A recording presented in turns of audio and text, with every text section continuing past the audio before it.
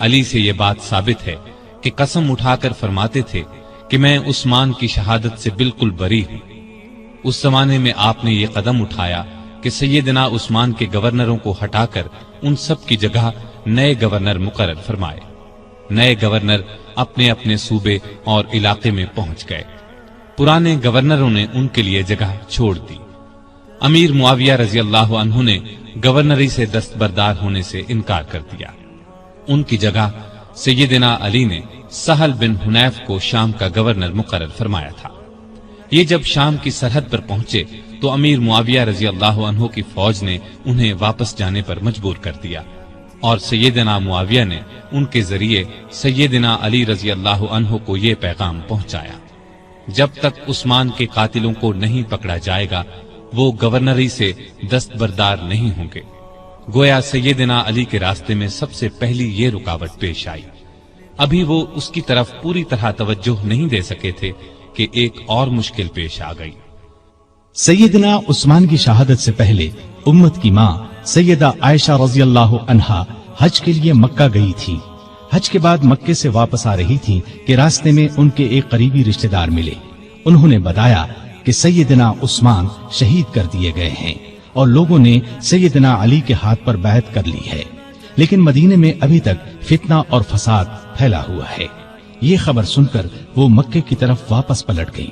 اتنے میں مدینے سے سیدنا طلحہ اور سیدنا زبیر بھی ان کے پاس پہنچ گئے۔ یہ دونوں بہت اونچے مرتبے کے بزرگ تھے، عشرہ مبشرہ میں سے تھے۔ انہوں نے بھی یہی بتایا کہ مدینے کے لوگ فسادیوں کے ہاتھوں پریشان ہیں، نہ تو وہ اپنی حفاظت کر سکتے ہیں اور نہ ان میں سیدنا عثمان کے خون کا بدلہ لینے کی طاقت ہے۔ مکے کے لوگوں نے ام المومنین عائشہ رضی اللہ عنہا سے واپسی کا سبب پوچھا تو انہوں نے فرمایا: عثمان مظلوم شہید کر دیے گئے اور فتنہ دبتا ہوا نظر نہیں آتا ہے، اس لیے تم فتنے کو دور کرنے اور شہید خلیفہ کے قاتلوں سے بدلہ لینے کے لیے تیار ہو جاؤ۔ اسی طرح اسلام کی عزت بچائی جا سکتی ہے۔ اس پر ہزارہا مسلمان سیدہ عائشہ، زبیر اور طلحہ کے ساتھ ہو لیے۔ اس لشکر نے بصرہ پہنچ کر اس پر قبضہ کر لیا۔ جب سیدنا علی کو خبر ملی تو وہ بھی اپنا لشکر لے کر بصرہ کے قریب پہنچ گئے اور صلح کی کوشش شروع کر دی۔ دوسری طرف سیدہ عائشہ نے اپنے آنے کی وجہ بیان فرمائی، علی نے اپنی مجبوری اور مشکلات بیان فرمائی۔ دونوں نے ایک دوسرے کی بات کو اچھی طرح سمجھ لیا اور قریب تھا کہ صلح ہو جاتی، لیکن بدقسمتی سے دونوں طرف کی فوجوں میں کچھ بدنیت منافق لوگ شامل تھے۔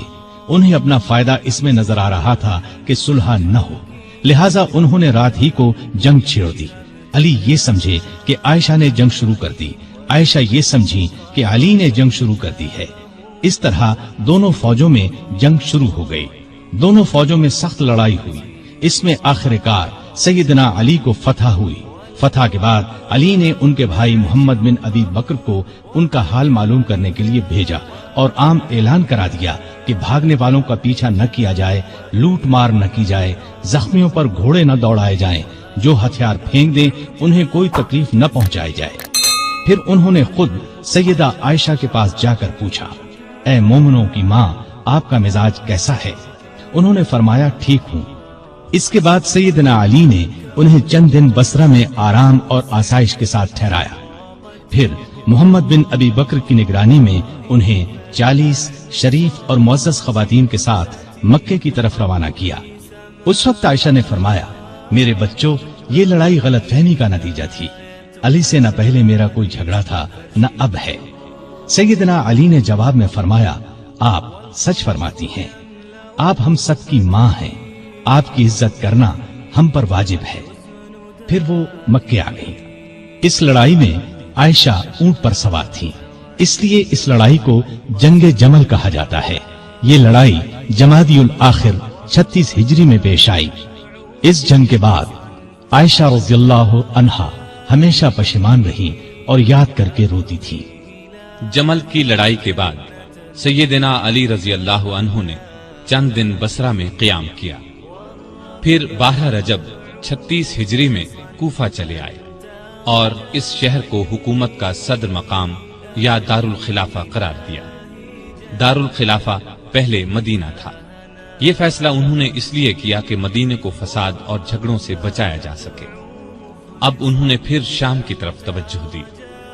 جریر بن عبداللہ کے ہاتھ ایک خط امیر معاویہ کو بھیجا۔ اس میں لکھا کہ تم بھی مہاجرین اور انصار کی طرح میری بیعت کرو۔ اس کے بعد قاعدے کے مطابق شہادت عثمان کا مقدمہ پیش کرو۔ میں اللہ کی کتاب اور رسول اللہ صلی اللہ علیہ وسلم کی سنت کے مطابق فیصلہ کروں گا۔ امیر معاویہ نے اس خط کے جواب میں لکھا کہ آپ عثمان کے قاتلوں کو ہمارے حوالے کر دیں تو میں اور شام کے دوسرے تمام لوگ خوشی سے آپ کی بیعت کریں گے۔ اس طرح کچھ مدت تک خط و کتابت کا سلسلہ چلتا رہا، لیکن صلح کی کوئی صورت نہ بن سکی۔ ادھر شام کے صدر مقام دمشق کی جامع مسجد میں سیدنا عثمان کے خون آلود کپڑے اور نائلہ رضی اللہ عنہا کی کٹی ہوئی انگلیاں رکھ دی گئیں۔ ان کو دیکھ دیکھ کر لوگ زار و قطار روتے تھے، قاتلوں سے بدلہ لینے کا عہد کرتے تھے۔ جب علی کو یقین ہو گیا کہ امیر معاویہ بیعت نہیں کریں گے تو انہوں نے جنگ کی تیاری کی اور قریباً 80,000 فوج لے کر شام کی طرف روانہ ہونے کا ارادہ کیا۔ دوسری طرف امیر معاویہ بھی ایک بڑے لشکر کے ساتھ مقابلے کے لیے آئے۔ دونوں فوجیں دریائے فرات کے قریب پہنچی۔ شامی فوجوں نے گھاٹ پر قبضہ کر کے پانی پر پہرے بٹھا دیے، لیکن دوسرے دن سیدنا علی رضی اللہ عنہ کی فوج نے شامیوں پر حملہ کر کے انہیں پیچھے دھکیل دیا اور گھاٹ پر قبضہ کر کے سب کے لیے پانی عام کر دیا۔ اب دونوں فوجوں نے صفین کے مقام پر ایک دوسرے کے سامنے مورچے قائم کر لیے۔ یہ مقام شہر حلب کے جنوب مشرق اور شہر حمص کے شمال مغرب میں دریائے فرات کے کنارے پر تھا۔ 3 مہینے 20 دن تک دونوں فوجیں آمنے سامنے پڑی رہیں۔ اس دوران میں دونوں فریق بات چیت کے ذریعے مسئلہ حل کرنے کی بھرپور کوشش کرتے رہے، لیکن افسوس کسی فیصلے پر نہ پہنچ سکے۔ چھوٹی چھوٹی جھڑپیں ہوتی رہیں۔ عام لڑائی محرم 37 ہجری تک شروع نہ ہو سکی۔ آخر سفر میں دونوں فوجوں میں جنگ شروع ہوئی۔ یہ جنگ کئی دن تک جاری رہی۔ دونوں طرف مسلمانوں کا خون بہتا رہا۔ منافق اور فسادی لوگ اس موقع سے خوب فائدہ اٹھاتے رہے۔ انہی لوگوں کی وجہ سے صلح کی کوششیں ناکام ہوتی رہیں۔ پھر ایک دن علی رضی اللہ عنہ کی فوج نے اتنا زبردست دباؤ ڈالا کہ شامی فوج کے پاؤں اکھڑنے لگے۔ اتنے میں شامی فوج کا ایک دستہ قرآن کو نیزوں پر اٹھا کر آگے بڑھا اور پکار کر کہا، یہ دیکھو ہمارے اور تمہارے درمیان اللہ کی کتاب ہے۔ علی رضی اللہ عنہ کی فوج نے قرآن دیکھ کر ہاتھ روک لیے۔ لڑائی بند ہو گئی۔ اس کے بعد پھر بات چیت شروع ہو گئی۔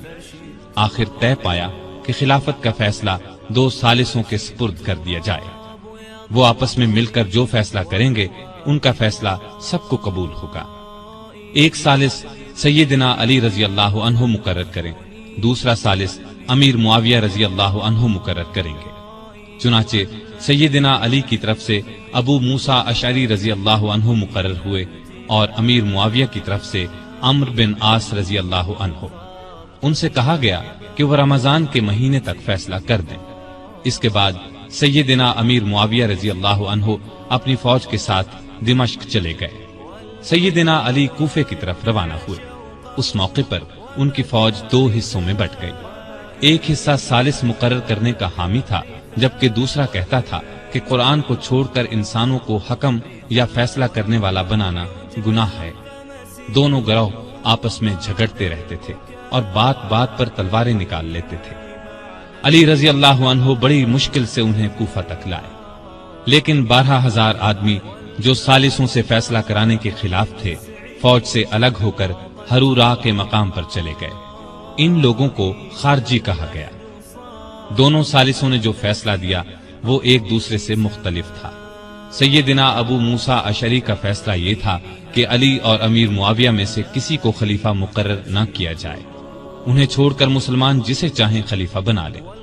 سیدنا عمرو بن عاص کا فیصلہ یہ تھا کہ ابو موسیٰ اشعری نے علی کو خلافت سے الگ کر دیا ہے، میں ان کی جگہ معاویہ کو خلیفہ مقرر کرتا ہوں۔ اس پر ہر طرف شور مچ گیا۔ سیدنا علی کے حامیوں نے یہ فیصلہ ماننے سے انکار کر دیا۔ اب پھر سیدنا علی فوج لے کر دمشق کی طرف بڑھنا چاہتے تھے کہ خارجیوں نے ہر طرف فساد مچا دیا۔ انہوں نے جتھے بنا کر لوگوں کو لوٹنا شروع کر دیا۔ آخر علی رضی اللہ عنہ پہلے ان کی طرف بڑھے۔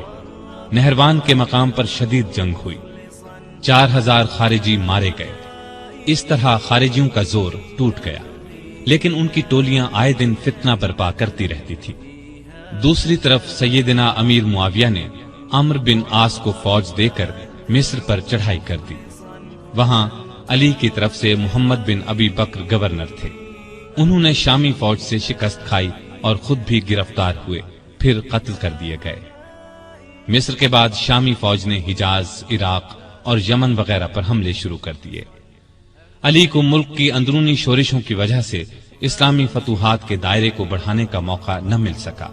پھر بھی 35 ہجری میں انہوں نے بحری راستے سے ہندوستان پر حملے کی اجازت دی۔ چنانچہ اس زمانے میں کوکن، بمبئی پر کامیاب حملہ کیا گیا۔ یہ علاقہ اس وقت سندھ میں شامل تھا۔